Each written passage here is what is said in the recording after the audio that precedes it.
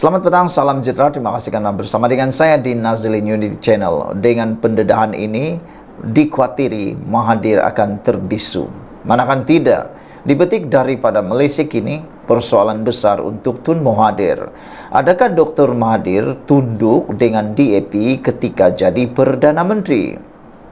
Veteran DAP Lim Kit Siang mempersoalkan pengerusi Perikatan Nasional PN Muhyiddin Yassin yang mendakwa DAP menguasai kerajaan semasa serta tuduhan UMNO mempunyai akan membolehkan bukan Melayu dilantik sebagai Perdana Menteri. Lim Kit Siang bertanya kepada Muhyiddin, sama ada Dr. Mahathir tunduk kepada DAP ketika menjadi Perdana Menteri semasa pentadbiran Pakatan Harapan dari 2018 hingga tahun 2020. Adakah itu puncak konspirasi politik langkah Sheraton yang menggulingkan pentadbiran Mahathir? Soal Lim dalam satu kenyataan hari ini. Saya tidak pernah meminta Mahathir untuk apa-apa, untuk diri saya sendiri atau untuk orang lain, dan tidak pernah tahu siapa yang akan beliau lantik. Tetapi saya pernah berjumpa beliau sekali untuk menekankan kepentingan mengambil serius mengenai janji pilihan raya. Mengapa seorang Mahathir yang jika benar tunduk kepada DAP ketika menjadi Perdana Menteri buat kali kedua, dilantik sebagai penasihat kepada 4 negeri di takbir PAS, Kelantan, Terengganu, Kedah dan Perlis? Soalnya, semalam Muhyiddin mendakwa UMNO tunduk kepada DAP, mengatakan bekas partinya itu hanyalah sebuah parti kecil dalam kerajaan persekutuan sekarang dan tiada yang boleh dilakukan sekiranya individu bukan Melayu dilantik sebagai Perdana Menteri. Muhyiddin berkata demikian sebagai mengulas kenyataan Lim bahawa bukan Melayu boleh menjadi Perdana Menteri. Pemimpin DAP itu telah dipanggil oleh polis berhubung perkara itu. Sebagai tindak balas, Lim mendedahkan bahawa Muhyiddin didakwa telah bertemu dengannya pada Julai 2016 meminta sokongan DAP untuk menjadi Perdana Menteri ke-7. Ini paling menarik apabila Lim Kit Siang mendedahkan bahawa Muhyiddin didakwa telah bertemu dengannya pada Julai 2016 meminta sokongan DAP untuk menjadi Perdana Menteri ke-7. Bagaimanapun, Lim mendedahkan dia telah menolak permintaan sedemikian kerana DAP komited kepada Anwar Ibrahim sebagai calon Perdana Menteri. Dia mempersoalkan jika penolakan untuk menyokong Muhyiddin sebagai Perdana Menteri pada masa itu telah menjadikan doa anti-Melayu, anti-Islam, anti-Raja Komunis dan menyebarkan Islamofobia. Adakah DAP boleh diterima sepenuhnya dan tiada siapa yang akan dominan dan tiada siapa yang akan tunduk jika saya menyokong beliau Muhyiddin sebagai Perdana Menteri Malaysia ke-7 pada 2016, katanya. Di bawah perlembagaan persekutuan, satu-satunya keperluan untuk seseorang menjadi Perdana Menteri seperti dalam perkara 43 dalam kurungan 2 kurungan E ialah orang itu mesti menjadi ahli parlimen yang dalam pertimbangan yang di Pertuan Agong mendapat sokongan majoriti di Dewan Negara atau Dewan Rakyat. Maaf saya, di Dewan Rakyat. Manakala perkara 160 pula mentakrifkan Melayu sebagai seorang yang menganut agama Islam, lazim bertutur dalam bahasa Melayu dan mematuhi adat resam Melayu. Tafsiran ini tidak meliputi orang asli dan orang asli Sabah dan Sarawak. Sekian dulu untuk kali ini. Jangan lupa tinggalkan komen Anda, tekan butang subscribe. Kita jumpa lagi. Bye-bye. Selamat petang, salam sejahtera. Terima kasih karena bersama dengan saya di Nazilin Unity Channel. Saudara-saudara sekalian, ini keputusan pendirian daripada Datuk Seri Anwar Ibrahim yang kita tunggu-tunggu tentang isu Perdana Menteri bukan daripada Melayu. Namun ini adalah keputusan daripada Anwar Ibrahim yang paling disukai ramai. Anwar Ibrahim kata masa depan kekal Perdana Menteri Melayu. Ini adalah apa yang dikatakan oleh Anwar Ibrahim. Masa depan kekal Melayu. Perdana Menteri masa depan kekal Melayu, kata Anwar Ibrahim. Datuk Seri Anwar Ibrahim berkata, tiada keperluan untuk perlembagaan dipindah supaya hanya orang Melayu Islam boleh menjadi Perdana Menteri. Anwar berkata, calon Perdana Menteri sama ada dari kerajaan atau pembangkang pada masa hadapan adalah kekal daripada kaum Melayu. Setakat ini, tiada keperluan pindah perlembagaan permohonan serius untuk perbincangan berkenaan. Sejak merdeka hingga sekarang, calon Perdana Menteri ialah Melayu. Selepas ini, calon dari kerajaan pun Melayu. Calon pembangkang juga Melayu. Jadi, kita kena maju terus dan hak rakyat. Semua warga negara kita harus pelihara. Jaga kepentingan semua rakyat, semua kaum dan semua wilayah, katanya ditemui selepas selesai menunaikan solat Jumaat. Ketua Pemuda Bersatu Wan Ahmad Faisal Wan Ahmad Kamal semalam mencadangkan supaya Anwar Ibrahim memindah perlembagaan supaya hanya orang Melayu boleh menjadi Perdana Menteri.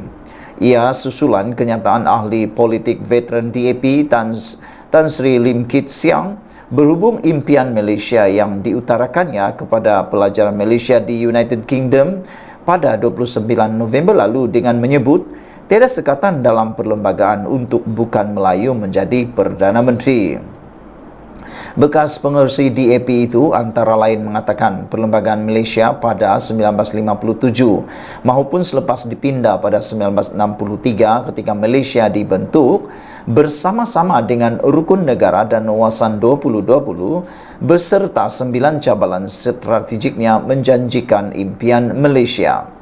Impian berkenan katanya meraihkan kepelbagaian etnik, agama dan budaya, bukannya membuat satu impian untuk mana-mana satu etnik sahaja.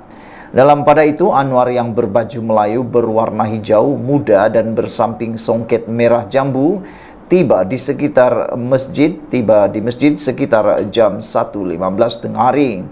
Sebelum menunaikan solat Jumat, Anwar terlebih dahulu dijamu dengan pelbagai hidangan kampung, termasuk kari kepala ikan di restoran Mak Kimbong di Seksyen 4 di sini. Turut hadir bersama beliau menjamu selera ialah Timbalan Menteri di Jabatan Perdana Menteri Hal Ehwal Agama, Profesor Dr. Zulkifli Hasan. Penduduk sekitar turut menunggu Perdana Menteri sejak jam 11.30 pagi tadi. Sekian dulu untuk kali ini. Jangan lupa tinggalkan komen Anda, tekan butang subscribe. Kita jumpa lagi. Bye-bye. Selamat malam, salam sejahtera. Terima kasih karena bersama dengan saya di Nazilin Unity Channel. Ini pengakuan Muhyiddin Yassin yang paling menarik perhatian kita. Muhyiddin kata, lantik Perdana Menteri memang kuasa agung, tapi tak mutlak. Itu kata Muhyiddin. Wah, sudah lama Muhyiddin tidak bercakap tentang kuasa agung, tentang kuasa mutlak, tentang lantik Perdana Menteri. Walau bagaimanapun, ini isi laporan dari Malaysia kini. Perlembagaan persekutuan memang tidak mensyaratkan hanya orang Melayu Islam boleh menjadi Perdana Menteri, kata Presiden Bersatu Muhyiddin Yassin. Bayangkan ini pengakuan Muhyiddin yang mengejutkan kita semua. Tapi Lim Kit Siang pula telah disiasat oleh polis berkaitan perkara itu. Jelasnya, keputusan untuk memilih seseorang untuk dilantik sebagai Perdana Menteri ditentukan oleh 222 ahli Dewan Rakyat, bukannya rakyat, kata beliau. Muhyiddin berkata, mana-mana ahli parlimen yang mendapat sokongan majoriti di Dewan Rakyat akan terpilih menjadi Perdana Menteri. Tak kira sama ada individu terbabit Melayu ataupun sebaliknya. Menurut perkara 43 dalam kurungan 2 kurungan E Perlembagaan Persekutuan, yang di Pertuan Agong boleh melantik seorang ahli Dewan Rakyat sebagai Perdana Menteri yang pada hemat baginda mendapat kepercayaan majoriti ahli-ahli Dewan Rakyat.